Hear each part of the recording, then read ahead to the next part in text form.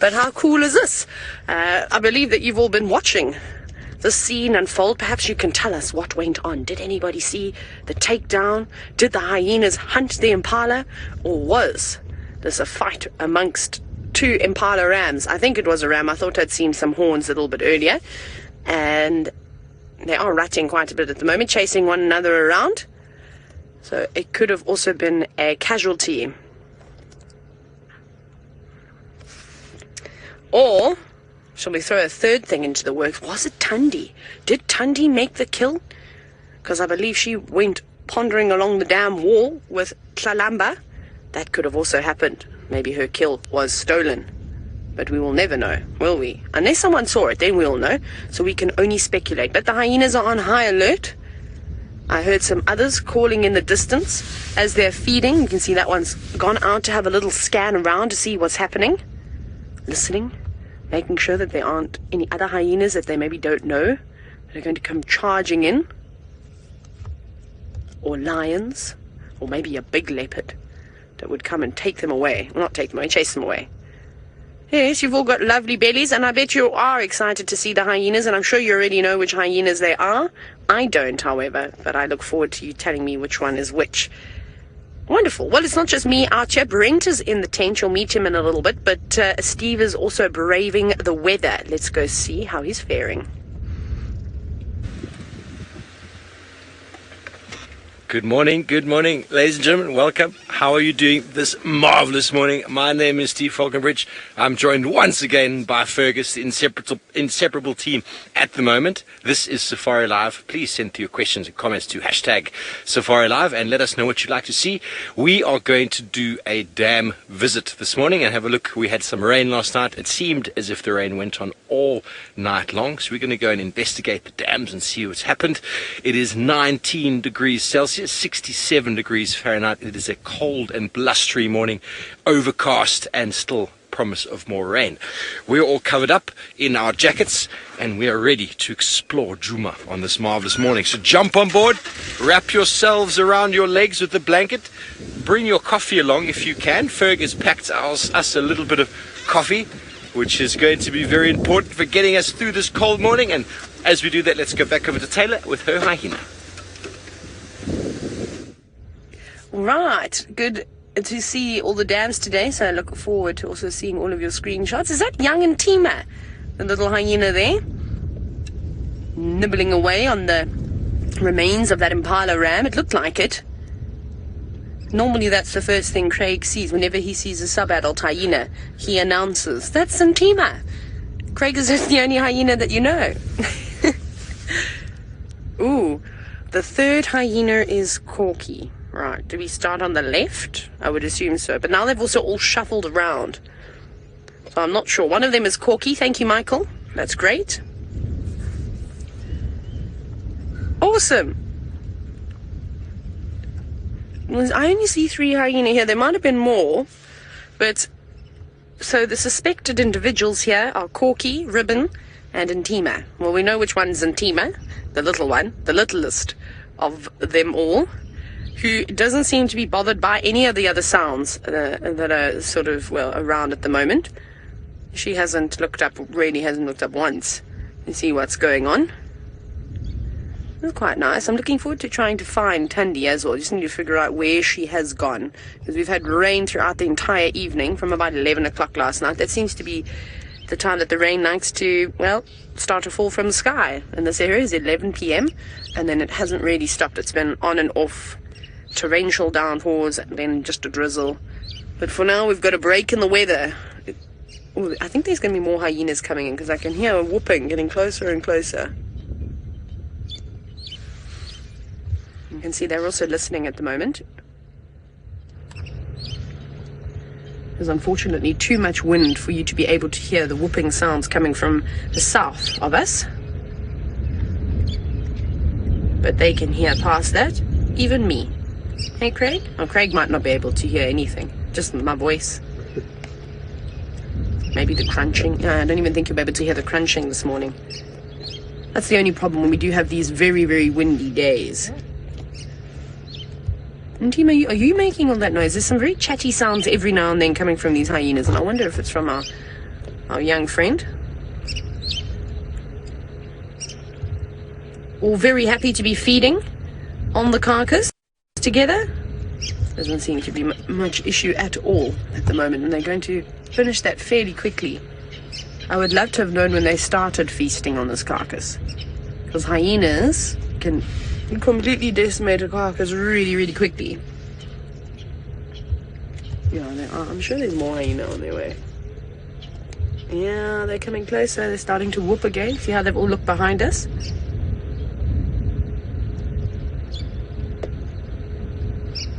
Now, that hyena... Okay, there's... Oh, very nice. Okay, so we've got Ribbon on the left. We've got Intima in the middle. And then we've got Corky on the right-hand side. Hello. Very nice. Thank you very much, Michael, for all your assistance. It's fabulous. Oh, there's some birds alarming on the other side of the dam, too. It's all going on. There's a big ram that's rutting to the left. You can't see him, though. We just hear him making a lot of noise, chasing poor girls around. At least they'll be warm. Hey, going for a bit of a jog on this chilly day.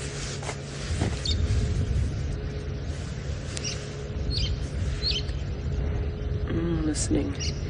Yes, Nikki, it is definitely possible for leopards or lions to drive these hyena away. I mean, all it would take is a big male leopard running in at a great speed and then grabbing the carcass and running up the nearest tree. He'd quite easily be able to do that.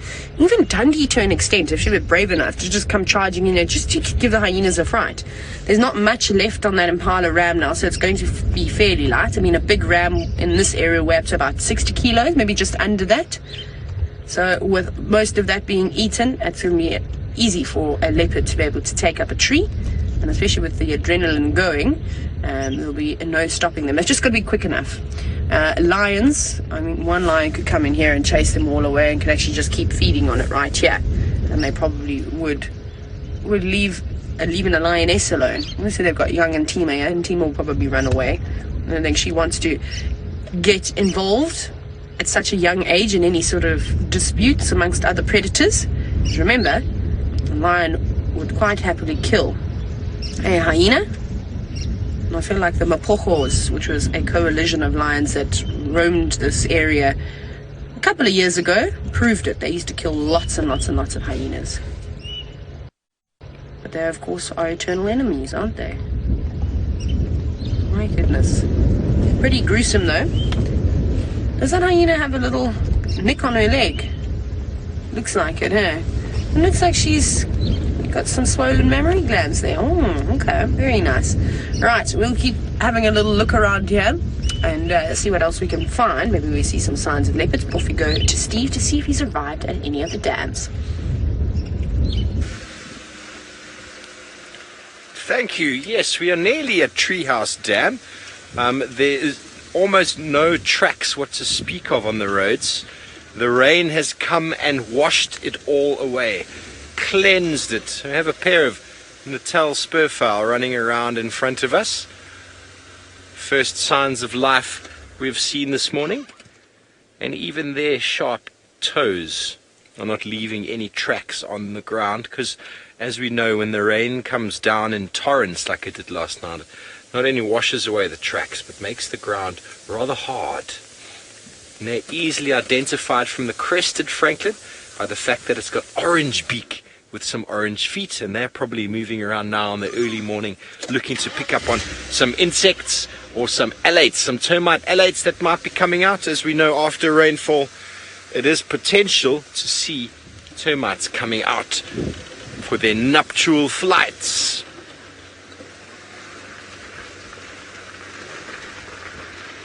Ashland, our rain is actually supposed to have stopped already by now.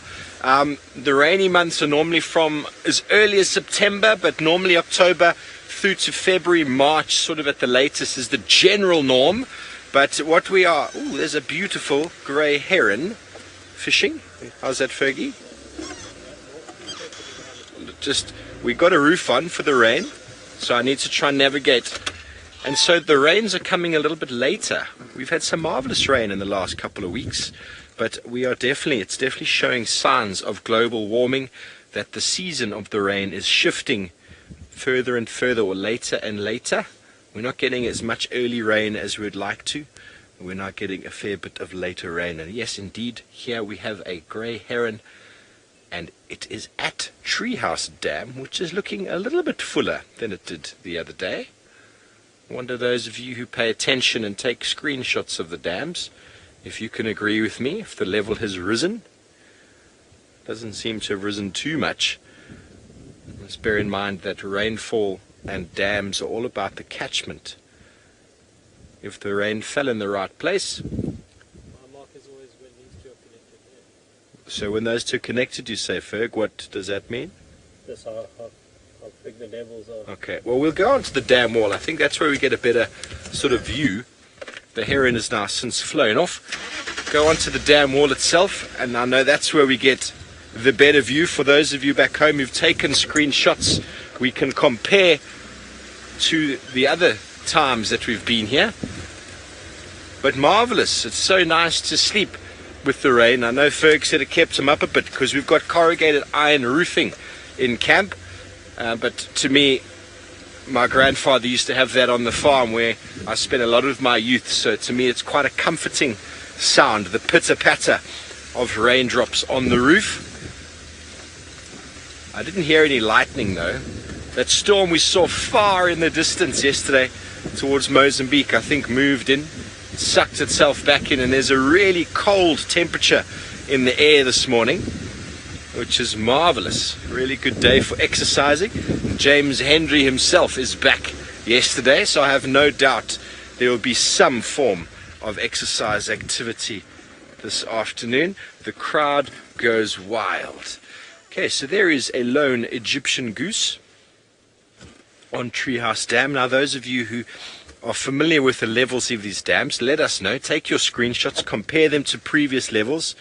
It doesn't seem to have gone up too much, to be honest, looking at the vegetation line around the dam itself. But the Egyptian goose is surely enjoying. You can see there's a green tinge to the water as the algal blooms from the organic material that gets washed into these dams forms and starts to cause plants to photosynthesize. And the Egyptian goose, being not only a vegetarian grazer but also a filter feeder, with the ability to filter out organic material out of the water with their beak, which is lined with lamellae, almost like sort of gills in the mouth, so to speak. And there looks like a little, is that a wood sandpiper next to him there? I think it might be. Looks like a wood sandpiper, although it does have the common sort of bob of the bottom that the common sandpiper practices.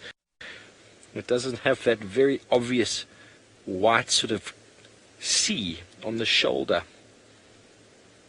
which is the very good giveaway of the common sandpiper. They've got a nice white C on the shoulder, and they do have that normal characteristic bob of the bum. But yeah, I'll say that's a wood sandpiper. Those of you out there who disagree, let me know. Comment, let me know what you think it might be if it's not a wood sandpiper. But a small aquatic bird that likes to walk around the fringes of these marshy areas, plucking out any small insect or crustacean that might come about. Nice probing beak. Not a very long beak. It's more of a plucking off the surface kind of bird. Where you get a lot of other birds that practice very similar movements, but their beaks are either recurved or decurved, meaning curving up or down, and either longer or shorter, and that facilitates different niche parts within the habitat, allowing birds of very similar size to not compete with each other, to compete for completely different resource because of the shape of the beak or the length of the legs. You can hear the Egyptian goose seems to have lost its partner. Oh, here it comes. Here it comes. It's been called in. It's been out on the prowl for the evening. Oh, it's come back. There we go. Where have you been, she is saying.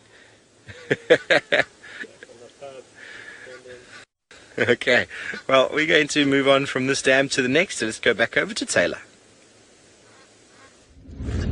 Alright, we're still here, and the hyenas still acting very, very nervous. Look there, what have you seen? No, maybe they haven't necessarily spotted something, but we know how keen a hyena's sense of smell is, and there's quite a breeze at the moment, so that could be bringing in scents from all over. I got another update about the Djuma pride apparently crossing into Chitwa last night, which is quite nice. So there's potentially something else that I can follow up on, or if Steve wants to follow up on. Well, the options seem to be endless this morning. We just need to find the animals. I think what's also managed to get their attention is there's a flock of guinea fowl. I don't know if you can see them. There they are. I'm so sorry, Kirsten. The game drive radio on quite loud. I missed your comment there. There we go. Guinea fowl moving away quickly and swiftly, not wanting to hang around. Well, the hyena is now watching it. Puma, it's not far, in fact. I'm just trying to show you. We've obviously got Wildebeest Lodge in front of us, and then you may be able to see a tower. From that tower in the distance, FC is probably about a few hundred meters to the right, a little bit at an angle, so down that way. So we're not too far away, but we're not going to be able to sort of walk there. It would take you maybe 10 minutes to get there. By foot, in the car, about 2 or 3 minutes. Yeah, not far at all. But I didn't actually hear any commotion whatsoever. But again, we have sort of corrugated iron beautiful roofs, so you can imagine the amazing pitter-patter of the rain at night. However, the problem is that when it's a torrential downpour, you can't hear anything else around you. So there could be lions taking down 37 buffalo, and you would not know that anything was happening. It was raining hard enough. So we didn't hear any commotion at all last night. So thank you again for all your information about what happened at the dam. Very cool though. Looks like they're going to completely finish it. Now we just need to try and figure out where Thandi and Cub went,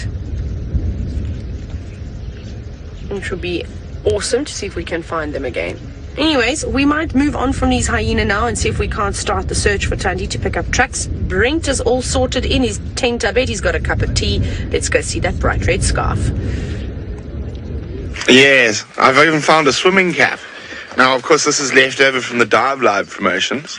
I'm not sure what anyone do with it. I'm not sure who was wearing it, but I think they must have looked quite ridiculous in the swimming cap. Good morning. My name is Brent Smith, and yes, I am in the tent. And I have the Gendre on camera. Now, it's always interesting when you've got Gendre and Brent in the tent, because both of us are over 6'3", and the lights are under 6'3", so often there will be donks and plonks as we bump our head.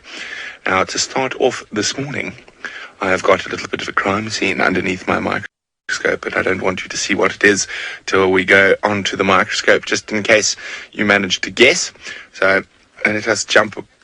There we go. Who can... Oopsie, why has it got so light all of a sudden? Let me just put some shade on it, maybe. There we go. Look at that. Isn't that weird? Who can tell me what that is? Hashtag Safari Live. If you're on Twitter, or just pop it on whichever feed you might be watching on. Who can tell me what creature that is? Or even better, what part of the creature it is, as well as the creature. Now, I'm going to make sure that you guys can't see it. I'm going to disappear it. And voila! It is gone. Till later, where you can't, then we can figure out what it is. Now, yes, so there's quite a bit of rain around, and it's really nice rain for the herbivores. If I was a carnivore, I'd be a little bit meh that there was raining, because I want it to be as dry as possible come winter. It makes catching animals a lot easier. But it looks like we're going to have a nice late, long wet season, so the grass will probably last quite long into the dry season, keeping the animals like buffalo and Impala and Wildebeest and zebra in good nick, and keeping out of the jaws of the lions. And speaking of one of the animals that's enjoying this late rain in terms of the bloom of vegetation it's creating, is the kudu with Steve. Yes, indeed, we have found a small family unit of kudu that are moving very slowly away from Treehouse Dam, feeding on the leaves of these beautiful bushes around. But that is not the reason we stopped, ladies and gentlemen. We stopped for another animal with stripes that has disappeared behind the bushes there, and we will see if we can get another look at them. But there's a small family of zebra. How marvelous. There you can see them moving through the bushes there. When last did we see zebra on Djuma? It's been some time. And talking about competition just before with regards to birds and their beaks and their feet. Now zebra and kudu will hang out together. They don't have any form of competition because the zebra are bulk grazers, my bad. Bulk grazers, and the kudus feed on leaves and forbs. So there's no competition at all, although they will hang out together so as to keep an eye and an ear out. So there's more animals paying attention to the movements of animals such as our marauding Umkuhuma pride. And there you can see her ears are moving in every which direction it can, possibly to pick up the sound of a stalking cat.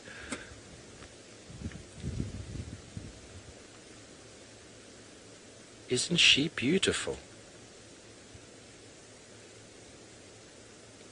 Zebra, mix 1011, zebra in the house indeed. Well, hopefully we can move forward and get another look at them. They did move off a little bit from us. Let me just move forward just a few meters or so and see if we can get the bum end of them, which is the normal sort of zebra pose. Incredible how a large white and black animal can disappear in green vegetation. I've always found that quite a marvel. It seems as if we have lost them, but nonetheless you saw them through those branches.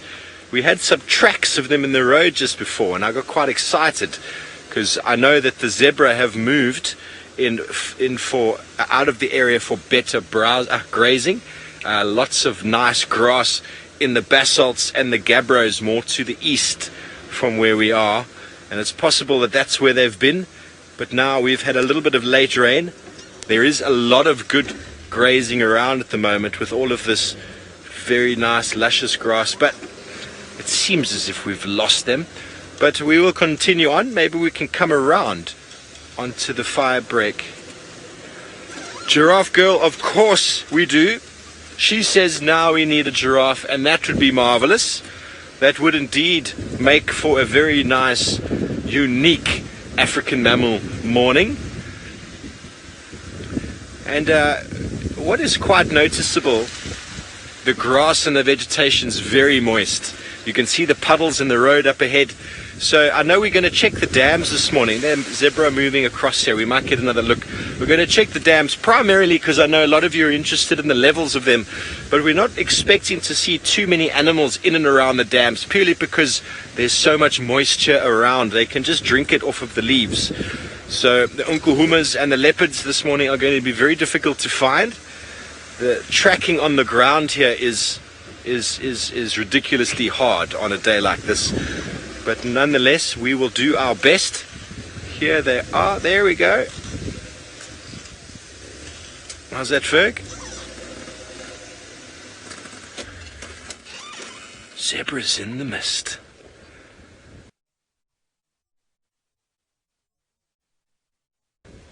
The mythical striped pajamas.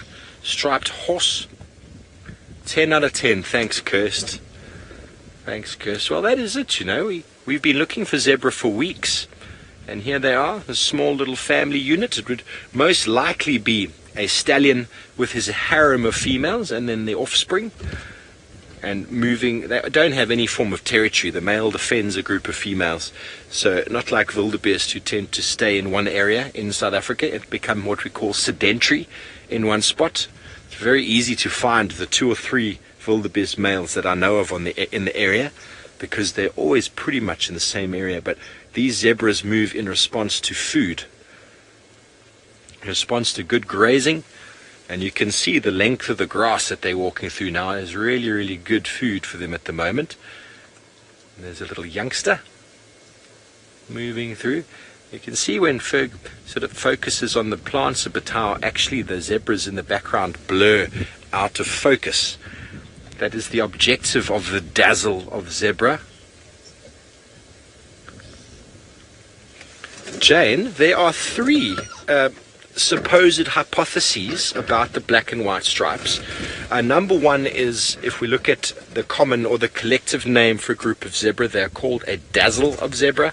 And when you get large groups of zebra moving across each other, that sort of optical illusion of the stripes and the movement forces or changes the shape, and they become this fluid object that makes it very difficult for a predator to signal out an individual. Another thing that they did is they reckon that it's about heat regulation. Some people believe that there's more fat underneath the black than underneath the white, and so it actually, and the heat of the black attracts the sort of oxygen or air.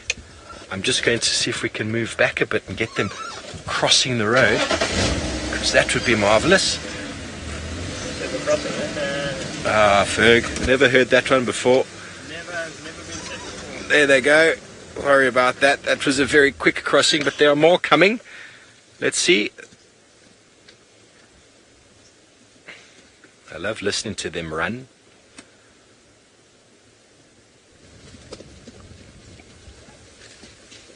Oh, a bit of a fright there.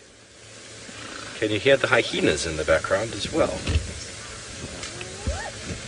Okay, Jane, so they also think that the black and white has a different sort of feeling or a movement of air. So it causes convection currents across the body itself. Whether that's true or not, I don't know. But you do see zebras standing out in the middle of the sun when all other animals are standing in the shade. And then the third hypothesis, we're just going to move on from here. I can do this while we're driving. The third hypothesis is they took three, I've said this before, but if you didn't hear me say it a few months ago, then no problem, we'll say it again. But they took three models. They electrified sort of a fake zebra. One was black, one was white, and one was striped. So they electrocuted it. They made it a shock box, so to speak, and they had a tray underneath. They dragged all three zebra through, or model zebra through the bush, a certain distance, same time of day. All the parameters were the same. And then they counted the amounts of biting flies that had actually accumulated on the tray, that had landed on the zebra body to bite it and had been shocked and landed. And the black one had a lot of bites, a lot of flies. The white one had more, and the striped one had the fewest. So it's possibly also another means of protecting themselves against being bitten by those very nasty tsetse and horseflies that we find, or we do find in abundance in other places in Africa these days. Not as much down here anymore because of chemical pesticides and things put in place to remove the tsetse fly from many areas around here, because the tsetse fly was known to deliver what we call sleeping sickness to the domestic cattle and even people. Here we've got a waterbuck. Grommet, there are no grevy's zebra in South Africa. The grevy's occur, as far as I know, only up in Tanzania, Kenya side.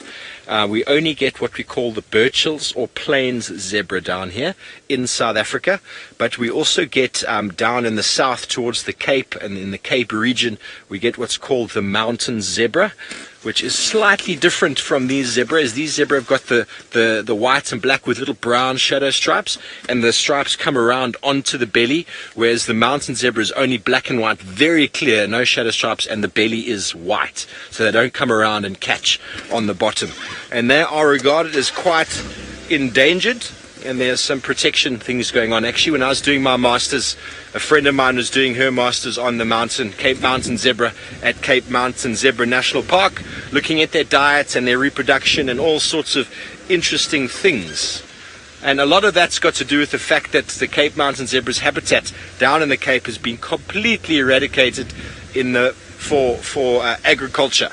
So we're very lucky up here in the Kruger Park that there is what we call the Mopani Belt up in the north, and the Mopani Belt held the tsetse fly sort of numbers for a very, very long time. So when agriculture tried to move or drive its spear into the north of South Africa, they were completely halted in their tracks because of the sleeping sickness disease transferred to all the cattle and horses and to quite a few people. And so you can actually say that the Mopani is the biggest conservationist in South Africa, because before we would have just moved through. So the rest of the Cape was colonized 250 years ago, and a lot of species that used to occur down there are gone, and agriculture has taken over wine and wheat and all that sort of stuff. So let's go back over to Taylor while we make our way to Twin Dams, and let's see what she's doing on her driving mission. Well, we're trying to locate Tundi and her little one. That's the plan. And so I was speaking to Lex and Chris, who are also out on safari, driving out of Djuma. Quite funny, and we're going to all try and work together to try and find Tundi. The tracks come out of this block between Nyala Road South and what's this road? Vulture's Nest. So she's been in here, sneaky. That's where she's been hiding, this little one, the whole time. Anyways, so, doing a bit of sliding here.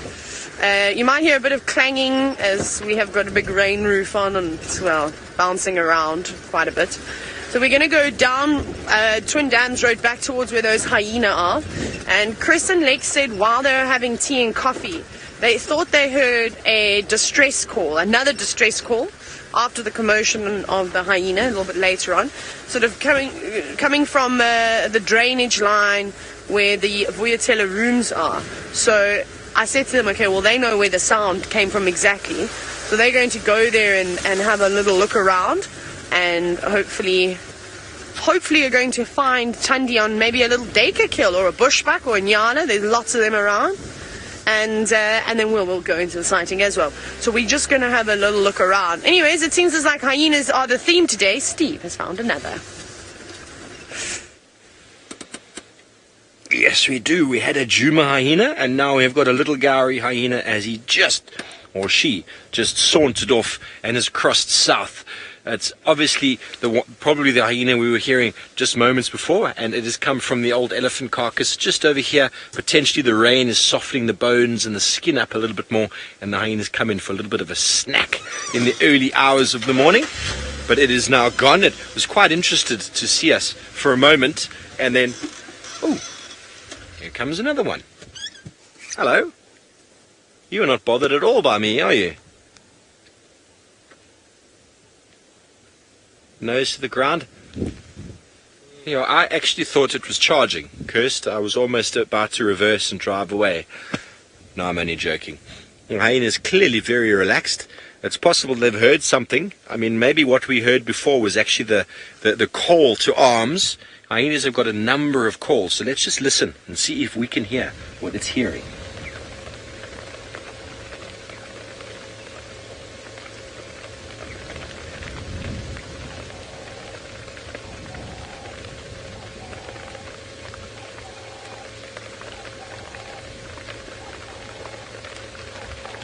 You can hear the pitter-patter of the raindrops on my head, or on the roof, should I say.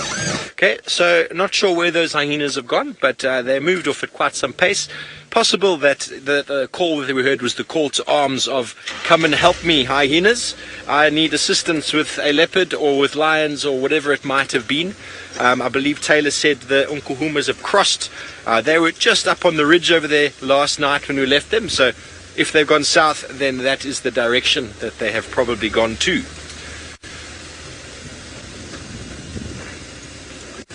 So from pitter patter on our roof, let's see if Brent has got any rain on his tent roof. Well, I'm nice and toasty and dry. I don't like being wet. I got allergic to it in the Mara. We spent a lot of time wet and cold, shivering.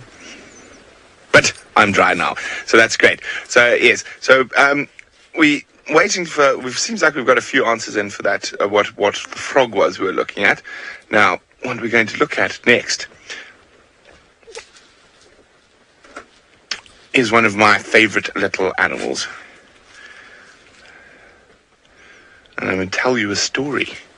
Story time about a male leopard and a side-striped jackal. This is a black-backed jackal. A side-striped jackal is a little bit smaller and not as long. Now, there was a little side-striped jackal that lived on quarantine. And I think the first time I ever saw him, he was being chased by 3 hyena. And unfortunately for that side-striped jackal, as the hyena chased him, they chased him into a sleeping leopard called Quarantine, who could not resist himself and managed to catch the little side-striped jackal. But then he couldn't kill it because the hyenas chased him off, and then eventually the hyenas killed it. I still have a piece of his nose from that, the hyenas munching him away. But there we go. So it's been quite interesting. Jackals at the moment, we're not seeing as much of them as we used to. Jackal populations fluctuate quite heavily, and there's a couple of different reasons for it. The reason the jackal population at the moment is so low is because of the rabies outbreak that we had in this area about 2 years ago now. And jackal are one of the sort of prime carriers and one of the species that's most influenced. So a lot of them were destroyed during that time, but it looks like the population is coming back nicely, but albeit a bit slow. Most of your carnivores, if they're removed from an area, it does take time for their populations to recover. Now, we are really lucky here because of all the hyenas. Now, strangely enough, if a population of animals is really put under pressure and takes a long time and will take a long time to come back, cats come back quickly. Lion and leopard can bounce back relatively quickly. They've got quite fast breeding cycles and very uncomplicated social structure. However, hyenas, when eradicated from the area, take years and years and years and years to actually get back to original strength. Now, often that's because of the complicated social structure. Oh, excuse me. So the hyenas have a lot more going on amongst them socially, and a lot more sort of criteria to fill when it comes to being dominant, not being dominant. Is it a good time to breed? Is it a bad time to breed? And of course, they also practice siblicide amongst related cubs. So hyenas actually take one of the longest to recover from being removed from an area, and even when a lot of people have tried to reintroduce hyenas to an area, and quite often they just disappear again. It takes a very long time for the hyena populations to come back. Now, of course, hyenas, unlike lions, leopards, cheetahs and such, well, unlike lions and cheetahs, leopards also don't really mind about a fence. You cannot keep them in a fence. The only way to keep hyenas in a fence is a wire on there. Oh my goodness. What's happened? We've lost Brent in the tent. I was listening to the Game Drive channel very quickly. We're listening to Chris. I'm sure this leopard is somewhere around here. We just don't know where. You see, if she's gone into the block that's just a little bit northeast of Mvubu Road from the dam, that is basically where we had Tamba. Remember when he killed that female kudu in that area? And it is incredibly thick, very thick. So it's going to be a hard one to try and find her, but we'll give it a bash. We'll definitely have a little look around. I'm just making sure that I haven't missed any tracks. We're going to lose this roof. We might have to come back to camp to try and find some bolts. Someone has pinched them. There's a bolts thief in camp. Anyway, so we'll quickly stop past. I don't know if that hyena is still busy, or those 3 hyenas still finishing off that carcass. We'll have a quick look around. And then maybe we'll go up towards Quarantine, just check around there, and then perhaps we'll loop on back down Gallagher and check Gallagher Pan. Again, if she's in some of those drainage lines lined with tamboti trees, we won't be able to go in there. But also we've had a fair amount of rain, so we don't want to be off-roading too much. We can probably still be able to off-road on this sort of sandy crest, so sort of Quarantine side is okay. Here is also okay, but there are a lot of areas. You go towards Hyena Road, Nyala Road, north and south. They're not going to be good roads to be driving on today, so we'll probably avoid those. See, I'm just looking at hyena tracks at the moment, making sure that there's no sneaky leopard footprints. Let's see. Oh, there they are. They're still there.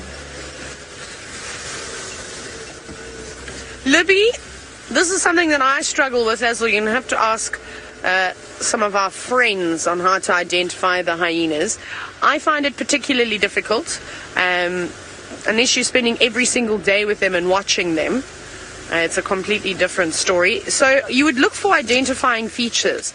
Maybe a torn ear, a droopy lip, you know, a lump, a scar, anything along those lines. That would help you, of course, to identify them. And then, of course, we know this is Intima, because Intima, well, we watched since she was just a ball of fluff, and she was completely black in color. And we've been watching her grow. Rosette, I'm actually unsure of this, about how the names are chosen for the hyenas. I don't think it's none of us. I don't think the Wild Earth staff are naming them. I think it's all the viewers that are watching the show that will decide on the names. I don't think I've ever chosen a name for hyena. So like I said, you'll have to chat to Crystal, Michael. I'm really sure if you can just go, help me, hashtag Safari Live, how do I identify hyenas? Or someone will send you a chart of all the wonderful hyenas that we have in the area. Like that one's got, I think that's Corky. See, look, she responded. No, I'm joking. I don't know, but I know that Ribbon is Intima's mother. See, Ribbon was thought to be a boy for a very, very long time. And I'll never forget the day that I saw Ribbon for the first time as she came trotting on in and between a giraffe, which was quite funny. And I was like, okay, I thought it was a female. And anyways, it turns out she was a girl because, well, she had a cub. So we now know that she's a female, but it's very difficult to identify them and to just sex hyenas. It's hard because both male and female look very, very similar. And of course, the females exhibit manly bits, but we know that this is, of course, not true. It's not actually a penis. It's a pseudo penis. It's just an elongated clitoris, essentially. And the girls are bigger than the boys, which is quite unusual, especially for mammals. We sometimes see it with reptiles, which is quite common with reptiles, also fairly common with birds. The females are typically larger, but for mammals, very interesting. And Intima just has a look about her. I don't know, she always seems like she's got so much white in her eyes. Has anybody else seen that? She looks at you, she opens her eyes really, really widely. It's quite funny. Kirsten says she's like me. I think I've got little eyes, Kirsten. I don't know if I have Intima eyes. There we go. Good girl. Listen out. She's heard something. It's caught her attention. I think she's curious about the Impala. That's the ram that's still chasing around. The girls? And now? Oh, who's coming in? Why are you running away? Huh? Running back again? They are very nervous around carcasses like this. The animals that you don't typically see to be nervous around a carcass are proud lions. They're on edge. Look at that. Tails are starting to sort of lift up now. I'm just keeping an eye out. Okay, well, we'll carry on. We'll do what we said we'll do to try and find Thandi and Tlalamba. But off you go to Steve, who's doing something, I'm not sure what.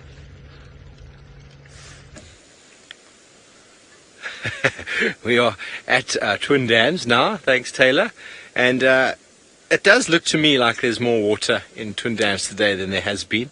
You can see there's an inlet on the other side where the water's running down the marvelous sort of drainage system. But something I was taught years ago, and this is the best way to ascertain if dams or rivers are raising in their level, and it requires a couple of sticks. And this is something that is very important if you're camping. If you happen to be walking along a river and decide you're going to camp next to the river, you have no idea the catchment of where the river's coming from. And you need to be able to know during the night or during the morning whether the level of that river is rising, so that if you wake up suddenly immersed in water, at least you can prevent that from happening by seeing if water levels are rising. So if you are camping near a river, and it probably can work for a dam as well, because, sorry, the Egyptian goose is trying to compete with me here. Okay, ladies and gentlemen. Thank you. And so if you go and you take a stick and you put it in at the level of the water, like that. And then you can leave it for about 15 minutes, half an hour, however much you need, and you can see where the water moves. And if you are deciding you'd like to camp next to a river and you put a stick in and 15 minutes later the stick is submerged, then you know the water levels are rising. It's hard to see with the naked eye, so you need to put some form of obstacle there, or object there that you can see, physically see the change, because a lot of the rivers that we camp in, the catchment is far up in the mountains and you have no idea what's happening there. For example, the Okavango Delta in the northern Botswana is fed from rain that falls a country and a half away in Angola. So if you don't know what's happening upstream, it's very hard to know what's going to happen to downstream. And friends of mine working in Makoleki up in the north of the Kruger were sleeping in the Limpopo River, inside the sand bed of the river, and they got woken up at 3 o'clock in the morning to a wall of water that came down and hit their entire campsite. They lost everything. They got out with their lives. Can you imagine waking up and hearing this, and next thing a wall of water hits you? That's insane. That's insane. That would probably be one of my biggest nightmares out there. They managed to get out. They lost everything completely. Tents, rifle, the bag, and Bruce Lawson, whose rifle it was, whoa, I nearly lost myself there. Bruce Lawson, whose rifle it was, he had other people doing the walk, and months later, 6 months later, they found his rifle in the river, like he now calls it Excalibur, because it was, had probably found a spot in the river, it soaked like this, and it sunk into the river like that. He got it remade, everything's fine. It's got a few pock marks on it, but what a character that rifle has now. And they weren't aware of any rain. There was no prediction of rain, but the Limpopo River comes from a very long way away. So if you're not aware of rising water levels, you could find yourself in a whole lot of trouble. Whole lot of trouble. Okay.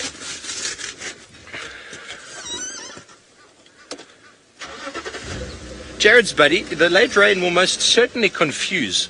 I don't know if it will confuse the migratory birds as much as it will still provide them with the food that they need. The major reason for birds migrating is the food resource starts declining and temperature starts to change. So a day like this, they'll suddenly go, whoa, hang on, I haven't been here this late before. What am I still doing here? This weather on its own might affect them straight away. But what we are going to get after these rains, we've noticed it last night, there were loads and loads and loads of new insects out last night and bugs all over us as we were using the spotlight. So the food resource for insects is going to increase again, the insect resource, but the temperature, we can feel it today, it's remarkably colder than it has been, but I don't know what the rest of the day predicts. So that is what causes the birds to migrate, is temperature and the declining food resource. So I don't know if it confuses them really. Okay, well, let's go back over to Brent in the tent and see what he's doing. Well, Steve's story about the Limpopo River floods has given me an idea. I can show you actually where that happened. And there's a really important reason for it happened. Okay, there we go. So you've got, here's the Limpopo River right up on the border of South Africa and Zimbabwe. And Mukuleki, that's where Steve was. That's what he's talking about. And so someone was sleeping in this riverbed. And most of the year, it's sand with very, very little water. Now, if I come out, the Limpopo River Valley is absolutely massive for a river that doesn't flow for most of the year. It's got a huge river valley. It should be a permanent river system, water system.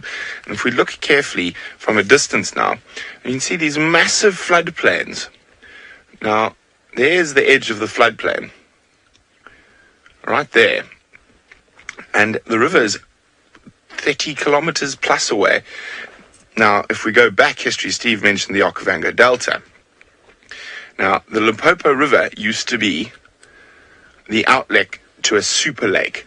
So there we go. There's the Machadikari salt pans. That's what's left of the super lake, and there's the Okavango Delta there.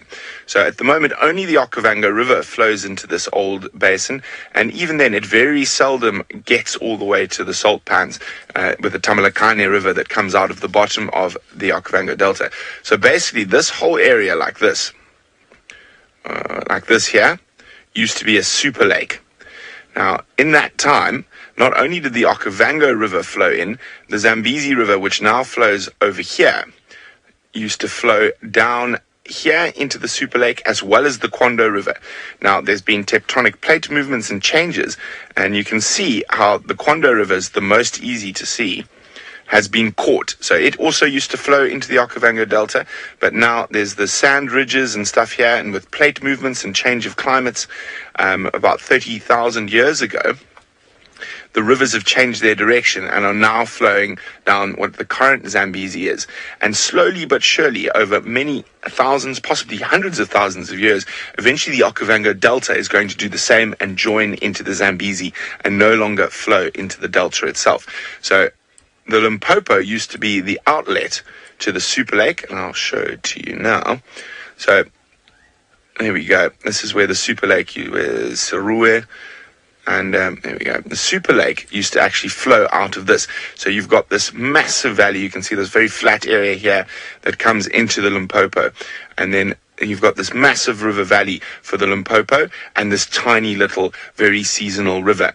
So it is very, very, very interesting that even stuff 30,000 years ago has completely changed how that river has found. And if you follow the river down to Mozambique, this is just this massive valley, and it just is so confusing when you look at this little trickle in the sand and this huge valley and massive floodplains. That's why when it does flood, it floods extensively and can spread for 50, 60 kilometers either side across that floodplain.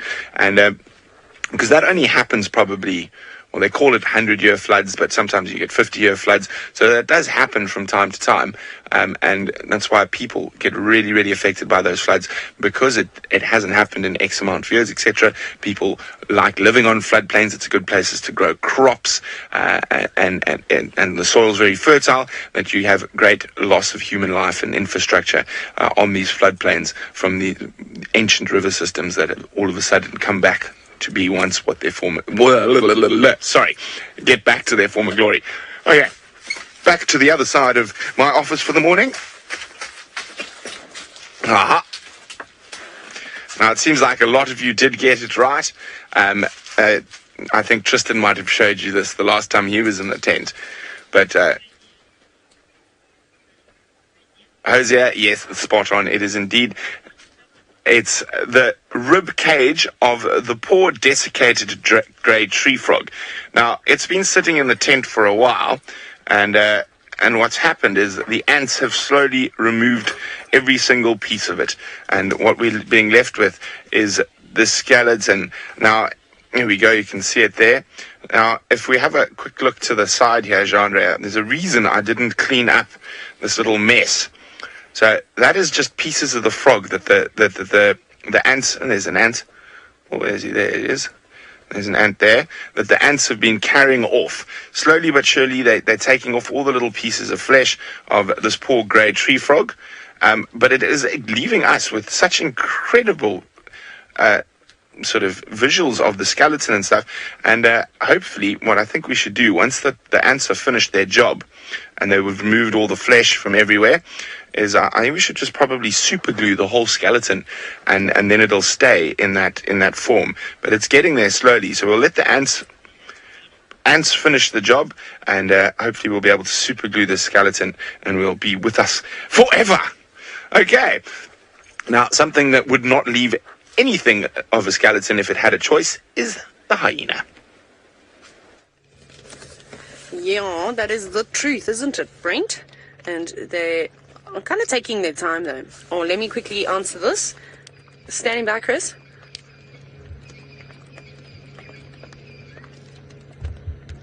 I'm just listening to Chris's letting me know what's going on. No, we're still struggling with tracks.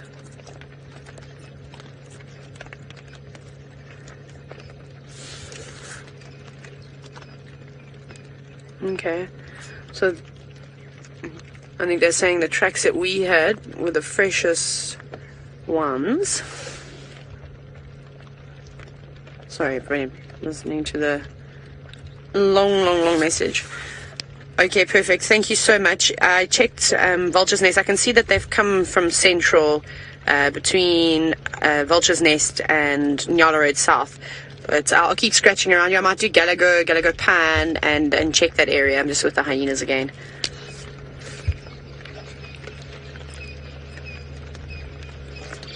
I think we're going to be doing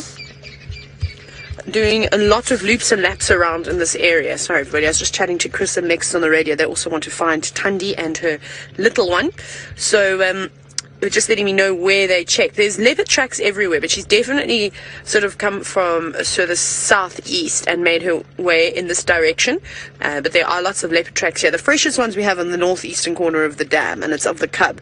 So perhaps when the hyenas came charging in and caused a bit of emotion, obviously Tlalamba would have been told to run and hide. And that will be sort of instinct when something comes around. Either get up a big tree or tuck yourself away under a shrub of sorts. So it is difficult to tell. I can't see where Thandi and her cubs' tracks have met up again. So they might just be around here somewhere. And perhaps Tlalamba has decided she's not ready to come out just yet. She's just going to hang around. Hyenas, you are very lucky that nobody else has come around here. They're really taking their time. So I think we'll probably leave these hyenas now, and I'm sure that they'll still be here in a little while and not gutsing it. But let's go to Steve. He's got a raptor. Yes, we do. It's just moved trees. Sorry about that. We got two of them. In fact, I wonder if anyone can actually pick out the colors of that bird. We had a bit of, there we go. You can see the red face, gray body. I know this is a favorite bird for many of you out there, so please quickly hashtag Safari Live. Let Kirsty know what you think, what bird it is.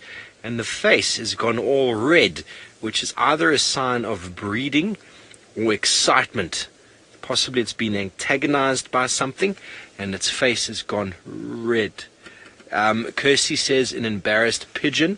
It is a lot bigger than a pigeon, Kirsty, but good guess. Good guess. Keep up the hard work there. No feathers on the legs. Long orangey yellow legs with a very narrow face, which is often yellow, but this morning it is red. You can just see it over the back of the branch there. It is one of our common birds that we find locally. They love to raid the nests of other birds, having a very specialized adaptation to be able to cling to branches and climb up and down and stick. It's Wisteria whisperer. It is not a turkey buzzard. No. You can see the red face. You're probably all used to seeing it with a yellow face. Chris Rogue, indeed, it is a harrier hawk, commonly known before as the gymnogene. Now you can see it is looking very wet and miserable after the rains. Birds find it very difficult to fly when their feathers are very, very wet, so they have to sit and wait a little while and shake themselves out to clean themselves and to obviously eliminate a huge weight that the wet feathers bring. It doesn't mean they're completely helpless, but it does make them quite miserable in the morning, but also cleans the birds, gets all the dust and particles and assists with removal of some of the preen oil. So a lot of birds will spend mornings like this trying to warm up first of all, and then preening and cleaning themselves. How marvelous is that? Have any of you seen the red face before? It is a very common sign when the animal is breeding or when it gets irritated. I've seen one go from a yellow face to a red face in moments as a forktail drongo was antagonizing it and dive bombing its face, and a very good indication of the excitement as the color of the face changed. Marvelous.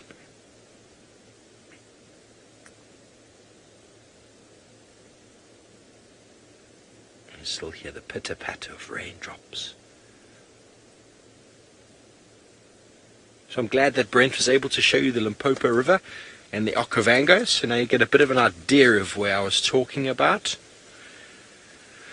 Car in the facial changes. It's a visual indicator. It's showing excitement. So when they're breeding or when they get annoyed with something, it's basically saying, leave me alone or I'm ready for mating. Either one of the two. Exactly why or how it changes. It's pigments in the skin and it's quite amazing actually. Here comes a batalier from the side. He's going to come past. There we go. Give him a second.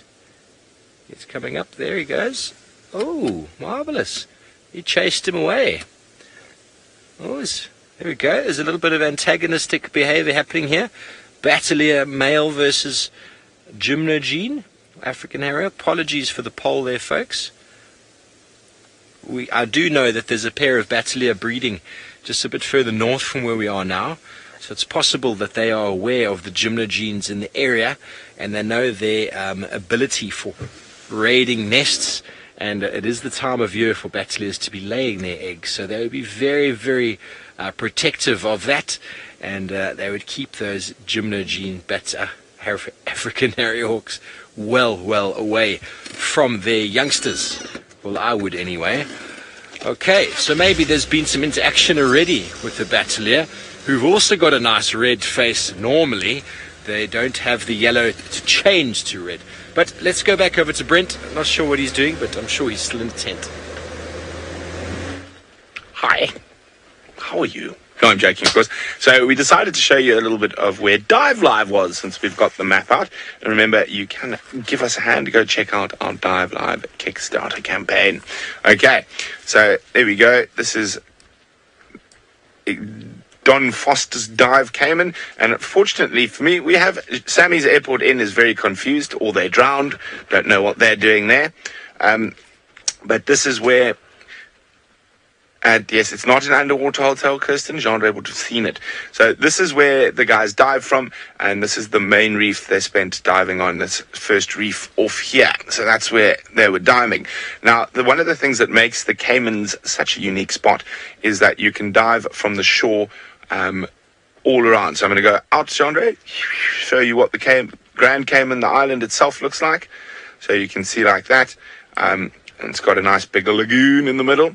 And of course, there are dive points all around here. And Jean, you were saying it goes very quickly to 30,000 feet or meters? Feet. Yes, I was about to say 30,000 meters sounds a bit much. So there's a very steep drop off. So you get lots of different species coming in right close to shore. So it's a very unique spot. And that's one of the reasons why Grand Cayman was chosen. So to give you an idea where Grand Cayman is in the greater scheme of things, it is there just to the sort of southwest of Cuba. There we go.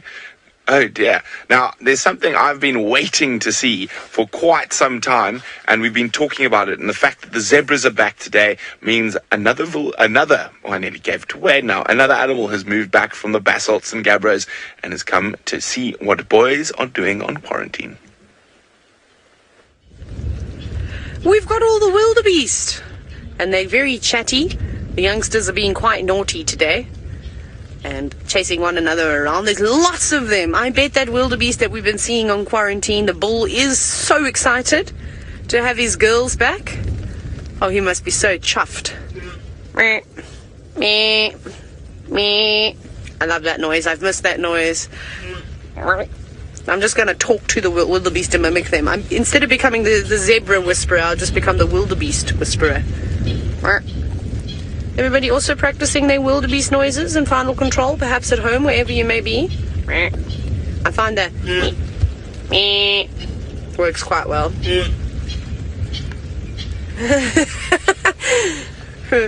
Beck says that there's now a ruckus in FC. I can imagine. I don't know why, and it's such human nature. When an animal makes a sound, why must we try and repeat it? As if we're also one of those animals. I do it all the time. Craig tries to do the echolocation like the bats. That little high-pitched sound that is. Craig is not impressed. He's just shaking his head at me now, going, "Can I swap out? Please, can I have a different presenter?" Come on, Craig, you do it. You go, chit.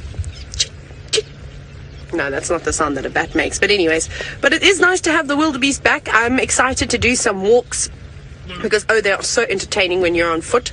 Sometimes they're not too happy with you when they run around. Oh, shame, you're all wet. It would be really nice now if they could do a big shake and we could see all that water spray off their bodies. Isn't it if this is the bull behind us? He looks like it, eh? He looks rather large. Are you a bull? I don't know if that's the bull. I'm looking for him. He'll be around here somewhere. And AB, you've commented about the horns of the wildebeest, and you said that they kind of look like slugs' antennas. Very nice. Just the little tentacles, I think is what they are called.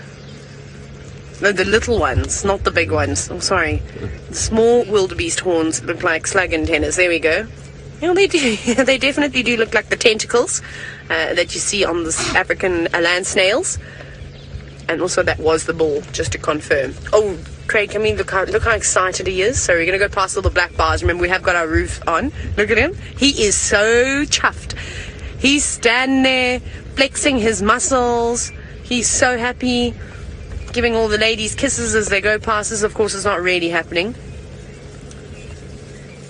Oh, you are so chuffed. And he's looking good, too. Fit, healthy, shiny coat. This is the day he's been waiting for. No more lonely nights standing out on the open plains of quarantine. He's now got some betties to watch his back too. I don't know if the rest of the world uses the term betties to describe ladies, but it's another South African thing.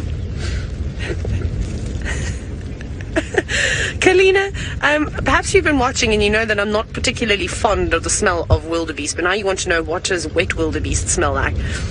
I don't know, I can just smell rain at the moment. I can just kind of smell that petrichor, that very earthy sort of damp smell that you get.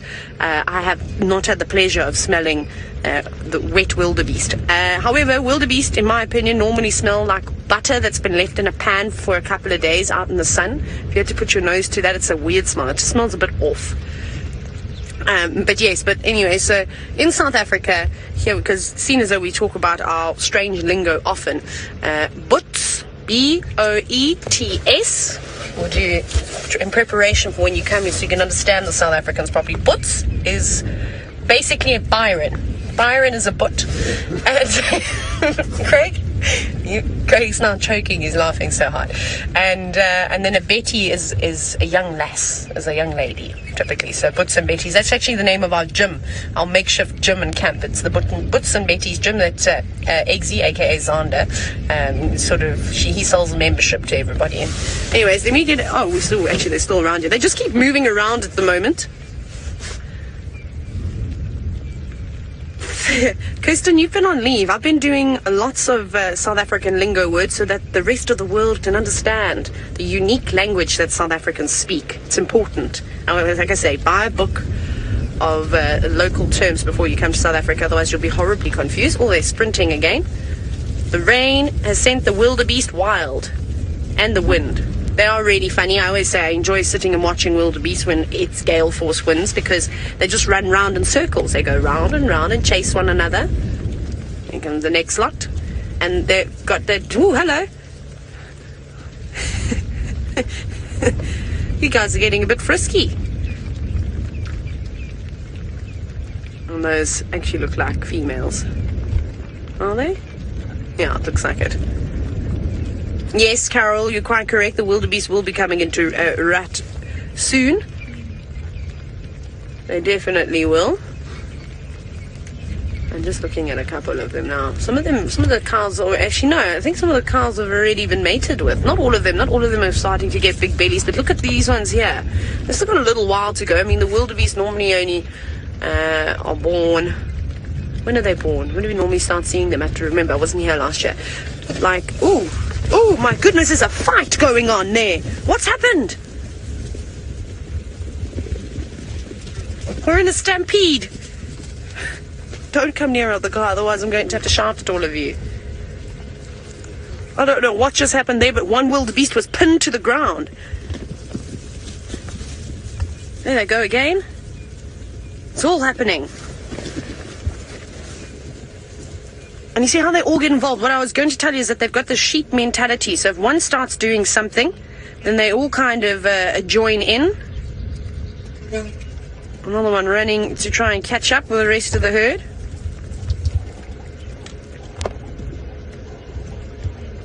Just trying to see if we can hear some of those sounds again. because when they clash the horns, it's quite nice to hear. Well, they've all settled down again. So sorry, let me go back to that. Some of the cows actually look like they've already been mated with and they're starting to get bellies.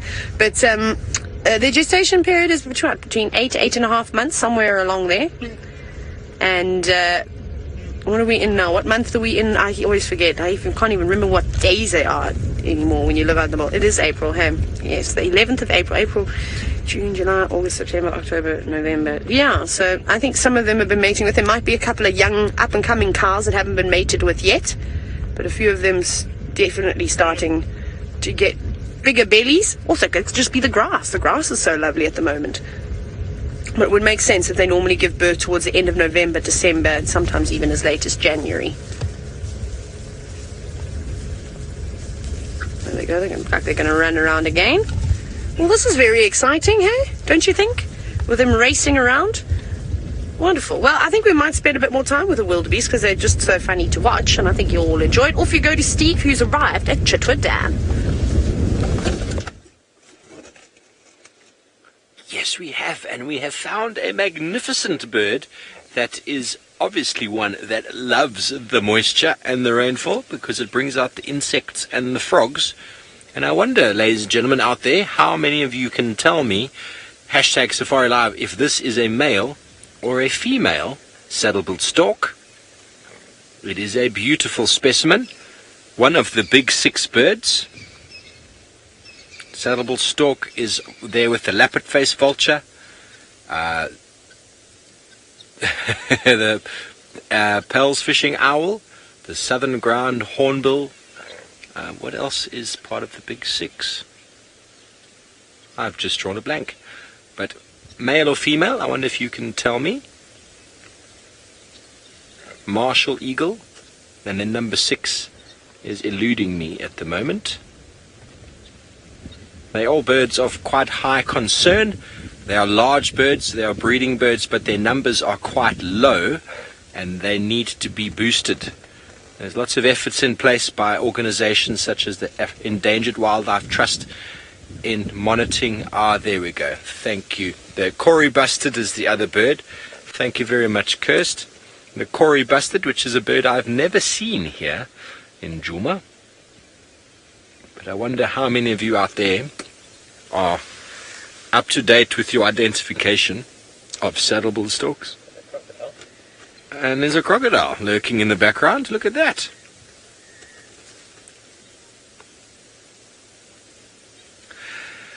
Sharon and Indigo Girl, I'm going to say sadly that you are incorrect, but I'm not going to say whether it was male or female, so everyone else can guess still. But you have a 50% chance.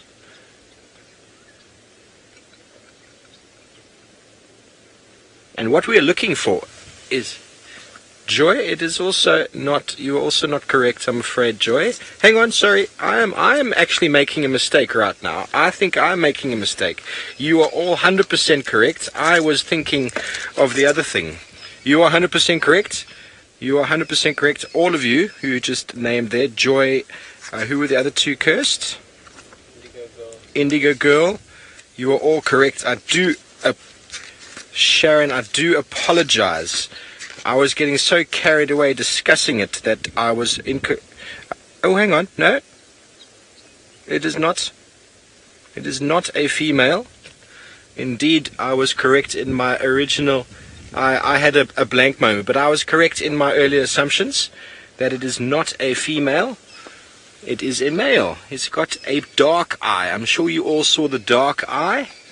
It didn't have a yellow eye, which is very characteristic of the female, but it is lacking a little bit of a wattle. You can't see the wattle clearly, but there is often a wattle on the male just underneath the chin, but this one doesn't appear to be sporting one, but you can clearly see the eye is dark. Am I right, Ferg? I can't tell, I've got peeking.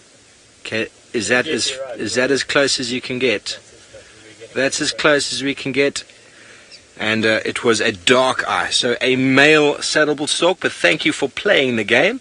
A marvelous specimen. I've seen a couple of them around Chitwa Dam, and they are, as I said before, a bird that absolutely adores the moisture, because it brings out all those tasty things that they like to forage on. With their long legs, they can get quite deep into the floodplain areas.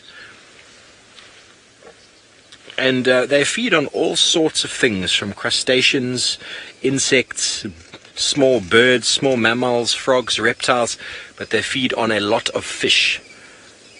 So when you get flooding waters like this, you'll often get more moisture moving into sort of shallower areas. The fish get attracted to that because of the organic material in there, and quite often they can be submerged, or not submerged, but stranded in little sort of shorter, shallower flats, and makes it much easier for birds like the saddle-billed stork to move around and gobble them up with their very long, beautiful beak. Such a marvelous coloration for that bird. I always marvel at how Mother Nature's created such color, such dramatic color, in fact. You can just see some wires on the pole there. That is the protection to keep the animals out from going into Chitwa camp. Jason, we do have marabou storks. I, to be honest, haven't seen one in some time. I'm trying to think the last time I saw a marabou. We do indeed. They are one of the ugly five, the marabou stork. And for those of you who have not seen one, I will quickly find a photograph. Oh, very easy. Same page as the saddle-billed stork. When Ferg is ready, we'll have a look here. Here is the marabou stork here with this beautiful pouch, bulbous pouch, pendant air sac that hangs down. Oh, the face that only a mother can love. Look at the contrast between the beautiful saddle-billed storks and the marabou. And then if you have a look at the male saddle-bill, there he's got dark eye and often a little yellow wattle just under the chin there, and the female has got the yellow eye. So easily seen.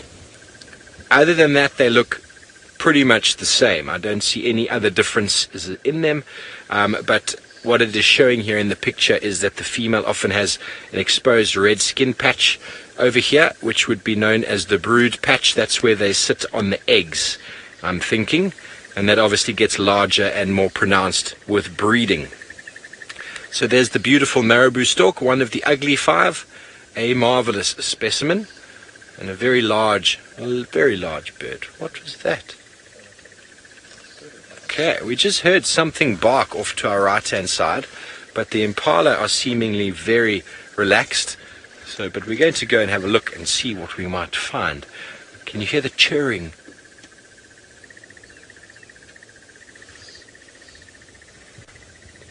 Okay, well, we're going to go across the dam here, see what it is that we can find. The chirring is coming from the crested barbet, demarcating his territory for the morning. The impala that I can see are quite relaxed, so whatever the barking was all about, it's got nothing to do with them. But apparently the Unkuhumas had moved in to Chitwa last night, and normally the hundreds of animals we see in this area is very quiet. Okay, well, while we continue on here, let's go over to Taylor, who's busy driving.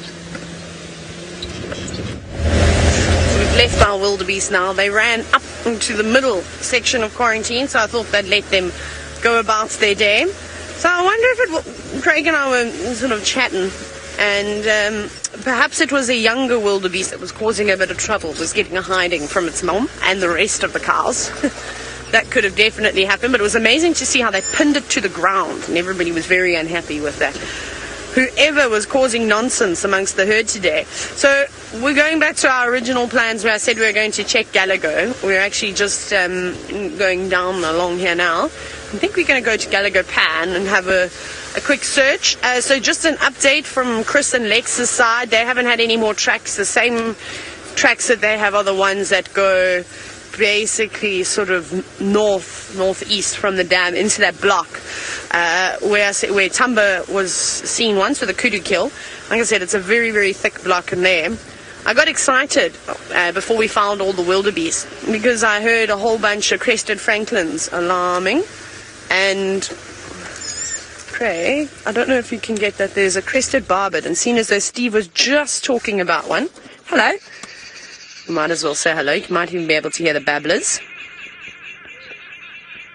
I can hear some more hyena. Lots of hyenas calling to the north of us.